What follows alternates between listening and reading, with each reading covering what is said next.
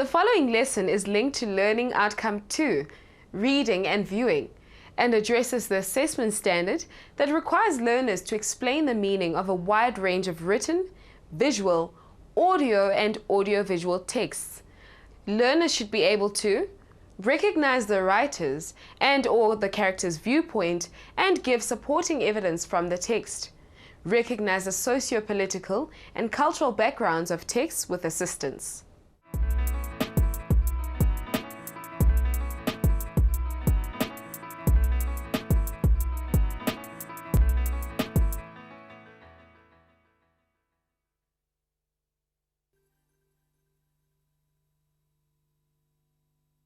Hello again, and welcome to the last lesson in this series called Reading Newspapers. I hope that by now you've got a whole new way of reading newspapers, and that you're starting to automatically ask yourself questions to evaluate any text that you come across. I also hope that when you pick up a newspaper, you have a better idea of all the men and women working so hard to produce it every week, or even every day.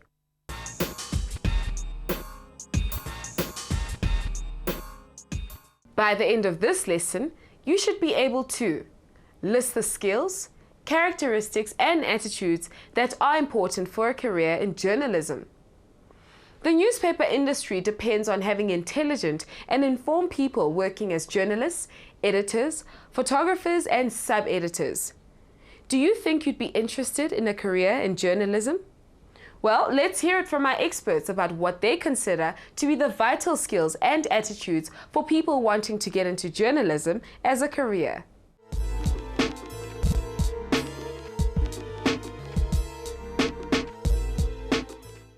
I think you have to have an amazing sense of curiosity about the world around you. You have got to actually be brave. You cannot be afraid of asking questions. You cannot be afraid of anyone, be it the President or the Queen of England. Or you cannot think that you're too superior to talk to someone who sweeps the street. Because it starts off, you've got to be a good journalist and you've got to be able to ask questions that will actually get you to the truth of a story. And then when it gets to this stage, you really have to be able to communicate.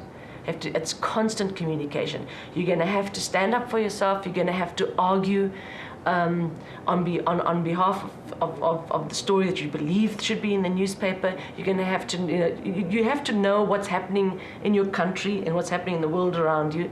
You have to have broad general knowledge and general interest, be it on the latest Kwaito Star or on the battle between the President and Jacob Zuma. You have to have a broad general interest, and as I said, essentially curiosity.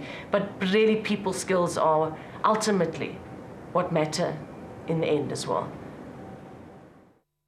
It's about being aware. It's about reading a lot. I mean, I always in my first journalism job, I couldn't. There was one person sort of that I consider a mentor, someone called Ray Joseph.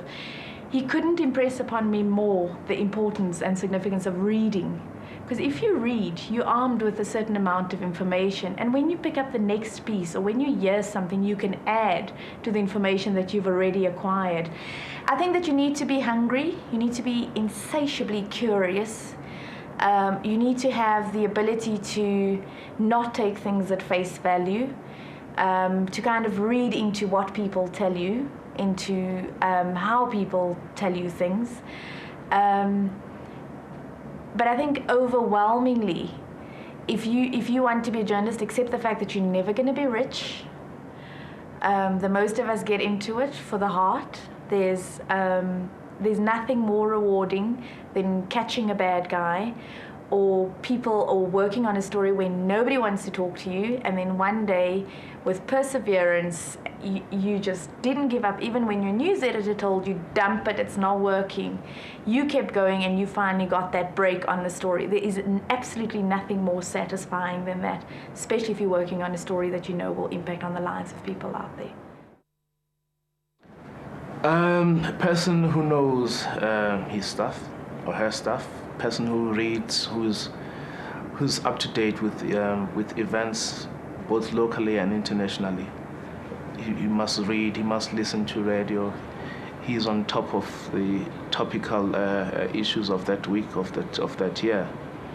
But also a person who reads widely on various issues, because the more you read, the more likely you are to be able to be sophisticated in your arguments. But also a person who can write pieces that are free of jargon, simple English that is accessible to a wide variety of people. I mean, we are a mass circulation newspaper. We are not an academic newspaper. I think in journalism in general, you need to be inquisitive. You need to be curious. You want to know what's happening. You want to be on top of issues.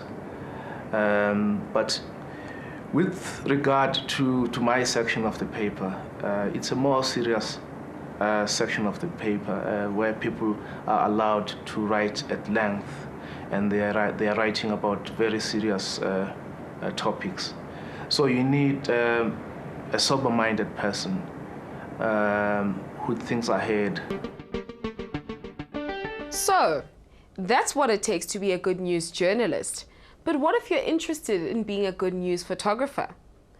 Greg Marinovich is the picture editor of the Sunday Times, so his job is a bit different because he deals with pictures and not words. But as you'll see, his advice is quite valuable if you're interested in being a news journalist of any kind. I think to be a picture editor, you have to be a news hound. You have to be really interested in the news and politics and of general interest, culture, those things. You also have to be able to translate ideas into potential picture ideas that you can brief photographers. You know, it's one thing having an abstract idea. It's how do you translate that into photography that works for the newspaper. And it's also dealing with crisis management, which happens all the time at a newspaper. There's always a shortage of photographers, or something happens suddenly. You have to find how are you going to get that picture, how are you going to get access to a politician who doesn't want to be photographed, or some skillum is trying to duck you. So it's quite varied. I think it's a combination of single-mindedness and inability to adapt to changing situations. Wow, that's a lot of really good advice to take in. But let's recap on some of their main points. Did you hear how many of our experts talked about curiosity or the need to know what's going on? Journalists need to be interested in current events. By current events, we mean anything that is happening in the world at the moment. That could be politics, crime, arts, culture, fashion, the environment, sport, or business. It's a long list, but you might be interested in some things more than others. For example, perhaps you prefer knowing about the fashion world than what is happening on the soccer pitch. But you should still have a broad range of interests and a knowledge of what's going on. Journalists need to read. This is probably the most important skill for journalists. Reading is essential. It doesn't have to be novels necessarily, but it should definitely include magazines of all different types, newspapers and non-fiction books about the world. A good journalist will also listen to the radio and watch the news and information programs to know what's happening. I hope that by now you have a good idea of just how much energy goes into producing a newspaper like the Sunday Times, and how many different types of people and writing styles and jobs go into bringing you the news every week. But have you thought about who makes sure that all the journalists, writers, and photographers are all on time and meeting the standards and criteria that the newspaper sets? Well, that job is done by the chief editor.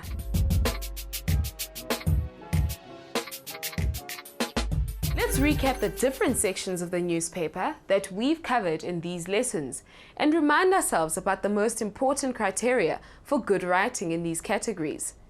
The main types of article we have covered include news, features, reviews, opinion, editorial, and letters. So let's take a look at what it takes to write these different types of articles. A good news article requires a writer who is not afraid to ask difficult questions, is accurate with the facts, can work under pressure, and knows what is going on in the world around them.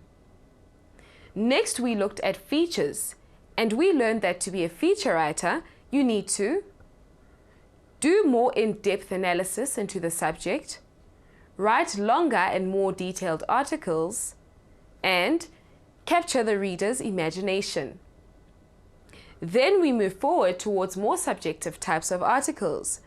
We started with reviews, and Richard Gola told us that reviewers need to have a good knowledge and background of the field they are reviewing, be clear about their opinions, and always back these up with evidence or examples, and won't give away the plot or endings of books or films. When writing for the opinion and editorial pages, you will have to be very knowledgeable about the field that you're commenting on, be prepared to be controversial, and back up your arguments with facts and evidence. And finally, the letter writers. This could be any one of us. Remember how Fred Khumalo said that a good paper is a nation speaking to itself? Well, if you have something that you would like to say to the nation, you can, through the letter pages in any newspaper. Just remember the hints that Fred gave us. Letters need to be about a current topic, be short and to the point, and not abusive or rude. So now what happens if you think that you've got the skills and attitude to be a journalist? Where do you get the training? Different people have different advice.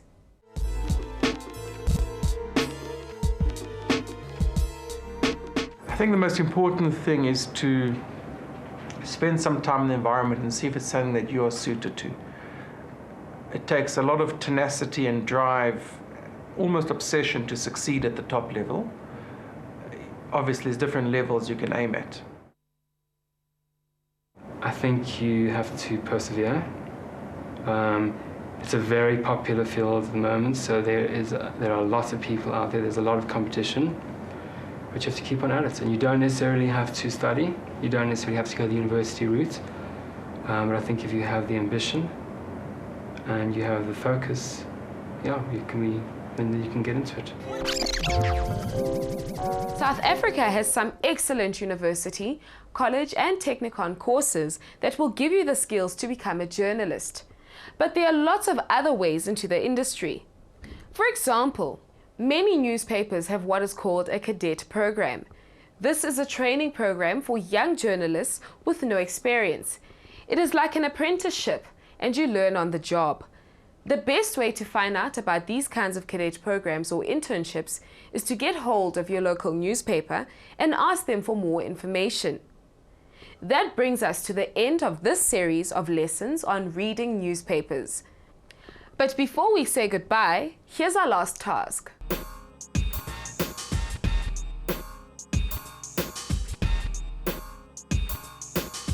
Take a few minutes to sit down with a newspaper and skim through 5 articles that interest you. Make a note of what type of article they are. For example, news or editorial, or a feature, and so on. Afterwards, look at how many of each style of writing you read. Did you read all news stories? Maybe it was only reviews, or maybe you read a mix of the different types. I hope that from now on, every time you open the paper, you will read it actively, making evaluations and assessments. And even more importantly, I hope that one day soon, we will be reading articles written by some of you. That's it from me, Becky. I'll see you next time.